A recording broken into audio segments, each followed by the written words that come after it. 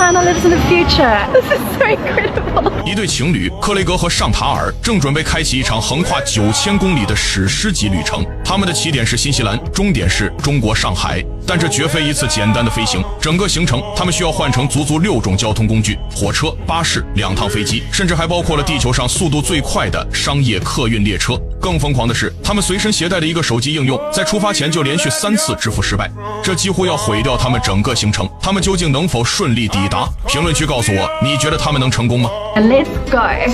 旅程的第一站从奥克兰市中心的布里托马特火车站拉开序幕。尚塔尔对着镜头解释，他们会沿途分享选择中国的原因以及所有准备工作的细节。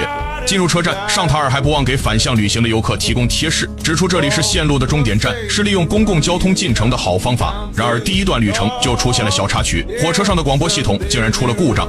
克雷格哭笑不得地说，无论到哪一站，广播里永远都是欢迎来到帕内尔火车站。下了火车，他们需要换乘机场大巴上塔尔，解释说这是最经济的方式。相比之下，打车至少需要50美元，而超级班车也要20美元。就在这时，奥克兰的天空突然下起瓢泼大雨，潮湿阴冷的天气让他们对中国的夏天充满了期待。为了早点回家剪视频，我在瓜子二手车买了台特斯拉，才花了9万9买二手新能源就上瓜子。瓜子最近上了几千台新能源源头车，全是从个人和批发商这些源头来的。瓜子超级品牌周每台再补1万块，错过就亏大了。瓜子二手新能源源头直供更省钱，但柜台前已经排起了长队。尚塔尔想先去休息，克雷格却坚持排队。最终他们决定先去楼上的酒吧喝一杯，这里的环境相当不错，绿树环绕。尚塔尔终于揭晓了他们选择中国的秘密。去年他被一个广告深深吸引，一个为期10天，包含机票、住宿，所有费用加起来竟不到1500美元的旅行套餐。他查了一下，发现往返机票也只要500美元。当晚克雷格回家，他便提出了这个大胆的想法。于是他们毫不犹豫地订了机票，这才有了这次的机场之行。然而一个巨大的挑战正等着他们。为了这次旅行，他们下载了一堆中国 APP， 其中最重要的就是支付宝。他们在机场尝试用它支付，结果失败了。尚塔尔立刻联系客服，得到的答复是非中国公民在中国境外无法使用支付宝。客服安慰他落地后就能用，但这无疑给他们的旅途蒙上了一层阴影。喝完饮料回来，尚塔尔后悔了，办理值机竟然花了将近1个小时。这意味着他们预定了4个小时的贵宾休息室，如今只剩下1小时享用。For 1 hour. Wives need to listen to husband. 为了以防万一，他们兑换了500元人民币现金，毕竟支付应用还是个未知数。进入休息室，69美元的预定费只换来1小时的享受，他们决定要物尽其用。晚餐是新西兰特色的羊肉丸子，味道出奇的好。克雷格还尝了素食意面，同样美味。尚塔尔再次展示了他的中国 APP 文件夹，微信需要验证高德地图，因为谷歌地图用不了，所有酒店和火车票都是通过携程预定的。但他们犯了个错误，没意识到旅行当天竟然也是中国的公共假期，这让抢票变得异常艰难。尽管如此，他们还是搞定了，现在只能祈祷落地后一切顺利。 It's just a dream wishing day. 欢乐时光总是短暂，1小时飞逝而过，他们的登机口在机场的最远端，必须马上出发。终于，他们登上了飞往中国的航班。尚塔尔感慨万千，他从未想过自己会说出这句话。I am so excited. Let's do this. Let's go. 刚坐下，一个惊喜就来了，经济舱竟然也提供了洗漱包。眼罩、耳塞、牙刷、牙膏、梳子一应俱全。尚塔尔惊叹，他正好忘了带牙刷。中国南方航空从一开始就给他们留下了绝佳的印象。飞行1小时后，开始提供饮品。克雷格尝试了一款从未见过的珠江啤酒，味道还不错。晚餐在猪肉土豆和鸡肉米饭之间选择，餐盘丰盛，沙拉、水果、甜点应有尽有。尚塔尔开玩笑说，他还以为会是面条呢。夜深了，用完餐后，尚塔尔拿着酷炫的洗漱包，准备去洗漱休息。经过短暂的休息，早餐时间到了。此刻，中国时间是凌晨3点15分。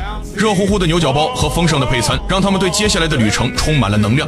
我们到中国了。凌晨5点，飞机降落在广州，迎接他们的是一股湿热的空气。这是他们共同旅行的第10个国家，意义非凡。过关安检一切顺利，尚塔尔悬着的心终于放下一半。他的游牧民 SIM 卡一激活就能用，甚至连 TikTok 都能刷。现在就剩下支付宝和微信这2大终极考验了。但他们很快就发现，这个中转机场大得超乎想象，店铺林立，但因为太早，大多还没开门。他们迫不及待想测试支付宝，正好一家星巴克出现在眼前。早上7点，正需要一杯咖啡。奇迹发生了，这次支付宝成功了。他们生成自己的2维码，让店员扫描，瞬间扣款。2杯馥芮白70元人民币，虽然不便宜，但支付成功的喜悦是无价的。等待中转的时间极其漫长，他们开始探索这个巨大的机场。随处可见的共享充电宝让他们大开眼界，只需扫码支付押金就能租借一个。在任何其他站点归还，这简直是旅行者的福音。突然，南航 APP 发来通知，登机口从265号改到了165号，相隔100个登机口。在这个巨型机场里，这会是多远的距离？他们不敢怠慢，立刻出发寻找。然而，更让他们震惊的事情发生了。在航班信息屏前，克雷格发现了一个摄像头，他站过去，屏幕上竟然瞬间通过人脸识别，显示出了他所有的航班信息。165 shows a map. That's amazing. 尚塔尔感叹，他们就像闯入未来世界的孩子，对一切都感到新奇和兴奋。机场里遍布提供冷、温、热3种选择的饮水站，还有可以扫码使用的按摩椅，以及带充电插座的私密休息隔间。所有这些细节都让他们赞不绝口。克雷格用地图研究后发现，他们所在的仅仅是这个拥有4条跑道的巨型机场的一个小角落。更夸张的是，不远处另一座规模更大的国际机场正在拔地而起。此时，好消息传来，微信支付也测试成功，他们终于配齐了所有数字装备。尚塔尔还分享了办理中国签证的经历，与以往繁琐的流程不同，这次他们全程在线提交资料，无需打印任何文件，去大使馆也无需预约。半小时搞定，几天后就拿到了签证，效率高得惊人。漫长的中转终于结束，他们登上了飞往上海的国内航班。这次他们幸运地拿到了靠窗座位，2.5小时的航程可以俯瞰中国大地。让他们再次意外的是，这趟短途国内航班竟然也提供了一整袋丰富的餐食。飞机落地，上海到了。与广州的阴雨不同，这里阳光明媚，天气炎热。他们激动得像糖果店里的孩子，但这还没完，去酒店的路同样充满惊喜。他们甚至需要坐一小段火车去取行李。机场大厅里人声鼎沸，充满活力。行李传送带上的箱子，每一个都把手朝上，摆放得整整齐齐。这个细节再次征服了他们。现在旅程中最激动人心的部分即将上演，乘坐磁悬浮列车。克雷格兴奋地解释，磁悬浮利用磁力让车身悬浮，没有摩擦力，因此可以达到极高的速度。它的最高时速曾达到431公里，不过日常运营一般维持在300公里每小时。列车启动，窗外的景物飞速倒退，显示屏上的数字迅速飙升至每小时301公里。克雷格说，转弯时甚至能感觉到车身在倾斜，因为悬浮的一侧会略微抬起，太酷了！30公里的距离，仅仅8分钟就跑完。唯一的缺点就是这趟体验结束的太快了。还剩下最后一种交通工具——上海地铁。他们需要乘坐2号线前往人民广场。在这里，他们遇到了最后一个挑战，必须在支付宝内激活上海的地铁乘车码。这是一个无法提前设置的功能，因为它需要根据实时定位来激活。伴随着激活成功的提示音，他们顺利刷码进站，正式像上海本地人一样出行。地铁车厢内挤满了人，却异常安静。高效的公共交通再次让他们感到震撼。走出人民广场站，他们终于踏上了南京路步行街。眼前的景象让他们彻底疯狂。最不可思议的是，到目前为止，他们竟然没有使用过一次地图应用。他们预定的酒店就在 FM 巧克力世界对面，这是一个在无数视频里见过的地标。顺着南京路步行街的路牌，他们轻易的就找到了那个熟悉的彩色大楼，而他们的酒店就在它的正对面，简直不能再顺利了。他们甚至看到了街上的可爱的观光小火车，和视频里的一模一样。Did you ever think of your laugh?